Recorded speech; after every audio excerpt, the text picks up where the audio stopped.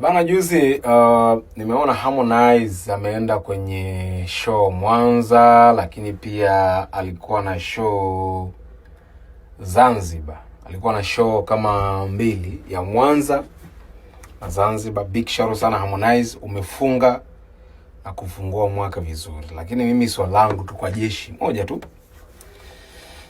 Unajua mwaka 2025 ulianza Harmonize, niliona safari nyingi alianza kutumia private jet kama vile anavyofanya Diamond, unajua. Mpaka tukazungumza tukasema level hizi ambazo tunafika, tuna set hizi standard tuweze kuzimaintain. Umeshaelewa? Tuweze kuzimaintain. Usifanye kitu kwa sababu ya kuiga. Mimi nikasema wasanii tuige strategy za Biggie. Nilizungumza sana hiki. Mtu kama Diamond tujaribu kuiga strategy.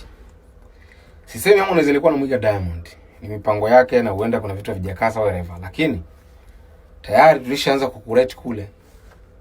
Ukisha fika level hiyo, state standard hiyo, sisi tutaanza kukurate kule.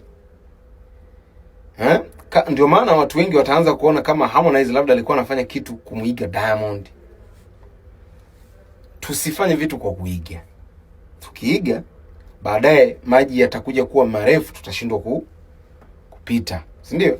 Kwa sababu Harmonize kama safari 2-3 za kwenda mikoani, Ruvuma, si wapi, Harmonize alikuwa anatumia private jet, Mbeya private jet. Hizi show zako ni kubwa sana my brother, na ulisha seti kitu kizuri vibaya mno. Yaani kitu ambacho likiseti kuhusiana na wewe ilikuwa ni issue kubwa kinoma. So mimi kiukweli katika show ambazo nilikuwa nasubiri Harmonize, kwa sababu baada ya issue zile hakuwahi kufanya show zingine, si ndio? Kwa show ambazo zilikuja kutokea ukiondoa zile za siasa ni hii ya Zanzibar na ya Mwanza ambayo umefanya juzi. So mimi kiukweli na nilitaka nije nizungumze, nikasema Harmonize natarajia kukuona kwenye private jet, kwa sababu tayari tulishaanza yale maisha. Hiyo inaonyesha ukuaji wa kimuziki. Lakini kama tulikuwa tunafanya kwa sababu ya kuiga, ni kosa kubwa. Kama tulikuwa tunafanya kwa sababu tunaiga mtu fulani anatumia private jet na wewe unatumia private jet, kosa. Mimi sitaki kusema Diamond huyo yeye kasha set level zake, standard zake, ushaelewa? Lakini Harmonize tayari ulianza kutuaminisha kule. Tunaanza kutumia private jet tunapoenda kwenye shows.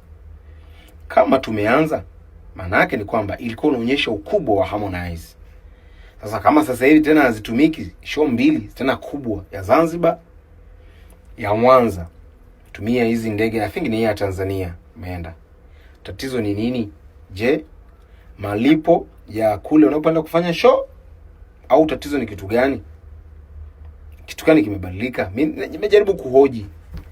Tunahoji bwana, kwa sababu niliona Harmonize anatumia private jet, nikajua ni issue ambayo tumeset standard tuweze kumaintain. Ndio maana nikasema msanii ukiseti standard kubwa, make sure una uwezo wa kuimaintain. Ukishindwa kuimaintain, watu wataanza kuongea neno lolote na utakata kukukejeli, kufanya nini. Watu wengi wataanza kusema Harmonize ulikuwa unamuiga Diamond tu. Watu wataanza kutolea mfano Diamond nani sui Baba Levo anasemaga Diamond anawapeleka watu kwenye maji marefu. Utaingia kule hutaweza kutoka na nini. Tenda kwa tulikuwa tunaiga. Lakini wewe brand yako ni kubwa. Yes, brand ya Harmonize ni kubwa. Kama brand yako ni kubwa, maana yake ni kwamba tuna uwezo wa kuimaintain. Hilo ni swali langu tu ambalo nimuulize. Sasa hivi kwa nini tutumie? Lakini kwa namna moja ama nyingine ni kuwasaidia wasanii wetu.